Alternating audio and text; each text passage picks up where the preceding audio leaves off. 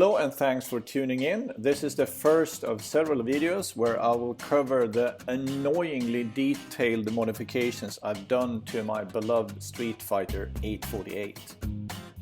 So the story begins in 2009 when Ducati launched their Streetfighter 1098, which had a 1099cc engine, strangely enough. And this was the coolest bike that had ever been produced on this side of the galaxy.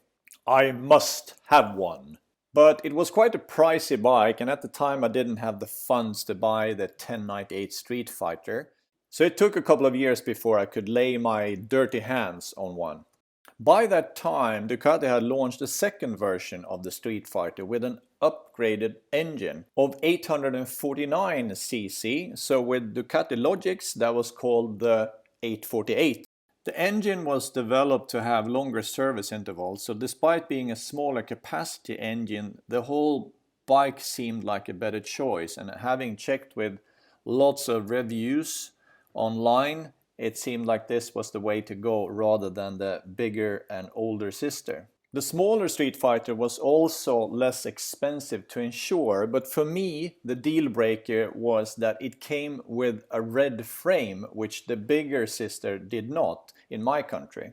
So what I didn't get in power from the engine, I figured I can compensate it by making the bike as light as possible.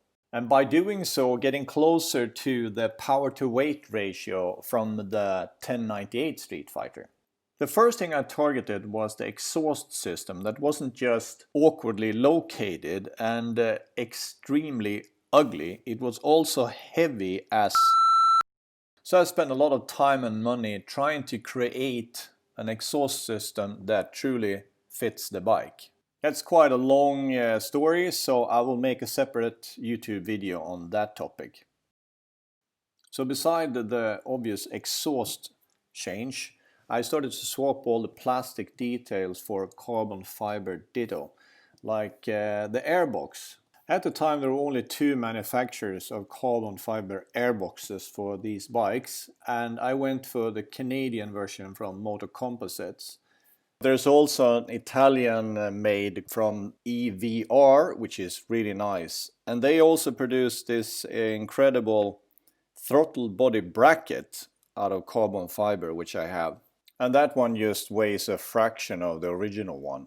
The bigger and more obvious plastic pieces, like the front fender, were the first ones to be swapped for carbon fiber. But I wanted my bike to be Ducati red rather than carbon fiber black, so I started to experiment with various color schemes using plastic foil. But this plastic foil was a bit tricky to bend and fold, so I ended up doing this kind of patchy pattern, which I came to like. It had a pretty cool look to it, so I stuck with that for the other parts of the bike as well, including the tank.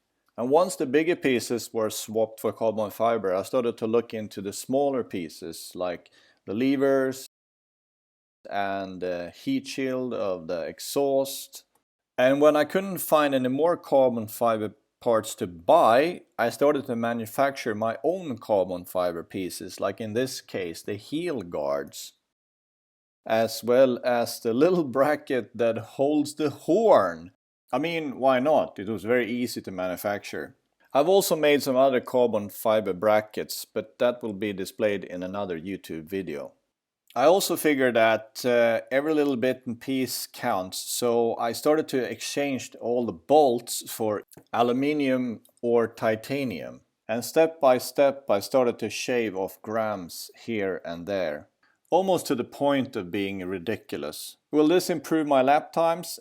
I don't think so. I just got bored, I suppose. Now you might wonder, why the heck would I swap everything for titanium bolts and things like that? Well, it's been my mission since I got this bike, which I love. It's a really cool bike. The mission has been to make it as light as possible. You know, this 848 engine, or more correctly 849 engine, is not Ducati's most powerful. It produces pretty impressive 132 horsepower on the crank, which translates to about 120 horsepower on the rear wheel, which is plenty. But if you can shed the weight of this bike, then you will get more out of these 120 ponies. So I started slowly, and it's been a project that's been going on for years now. So it wasn't like I decided to do it overnight, but slowly but surely I've started to change things for lighter components. You see there I have this Öhlins rear damper. This damper comes from the bigger sister, the 1098 Streetfighter S, which had upgraded suspension. So I managed to find one that had been used, and I took it for service because I didn't know the history of the place. And as I did, I also decided to actually paint the spring in the same blue color there, because I didn't figure that yellow was particularly good looking on any bike really. Why yellow? So I used the Swedish blue there, which matches the logo, and it's also a little bit of a homage for Dovizioso, who also has blue bits and pieces in his outfit. There you go. And yes, also this Öhlins damper is slightly lighter than the stock one. Besides, it's a better damper. Obviously, all the plastic bits are also carbon fiber. This is carbon fiber, this is carbon fiber. Original seat, which is quite lightweight in fact. Even the tank is carbon fiber. This is a carbon fiber fuel cap thingy, race, and so on. And you have titanium bolts all over the place. This is all to save weight. And I'm quite curious, when I think that I've sort of nailed it, then I'm gonna weigh it and see how much it weighs compared to the stock bike. There are rear view mirrors that are mounted here, which also houses the indicators. So that was also another way of shaving off some weight. So the whole idea is to have this bike completely street legal with lights and number plates and everything, but at a very, very low weight. And yes, you guessed it, also the rims are carbon fiber, albeit dirty. I definitely need to clean them out. But they are carbon fiber from South Africa and BST. You'll find the links below.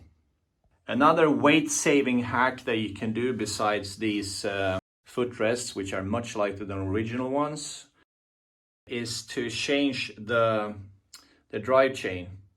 So I changed the front sprocket, the chain, the whole chain, and the rear sprocket as well.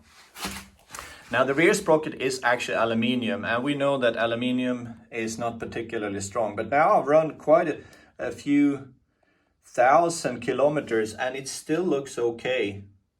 And these are aluminium nuts, which are these are meant to be here, and these are titanium nuts. And the suspension here, the bushings, I think you call it in English, they're made of vinyl rather than the heavy rubber. So all in all, the whole drive chain setup is much lighter than original, which means that you not just shave off weight of the bike, but you also shave off rotating, moving mass. This was a conversion where I turned from the original 525 chain to the narrower 520 chain, which also made that it was much lighter. Now that obviously is not as strong as the 525 chain, but you don't really need it unless you get up to 150 horsepower or maybe more. So this one is definitely strong enough for this engine. And so far I've run it for a long time and the chain looks really good and the sprocket looks really good. So that saved me a bunch of grams. Now South African BST also make a carbon fiber swing arm that would fit perfectly on this bike. Well, not really perfectly. It's actually about an inch shorter than this one, and that would upset the riding geometry a little bit too much. That swing arm was made for the sister models, the SBK 1098, 1198 and 848, which has basically the same frames that the Streetfighter has, basically, I say. But the Streetfighter models were equipped with much longer swing arm. So therefore, this carbon fiber swing arm was simply a bit too short for my flavor. Otherwise, I would definitely consider getting that. So thanks for staying awake this far.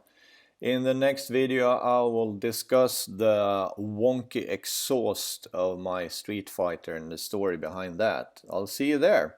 And until then, ride safely!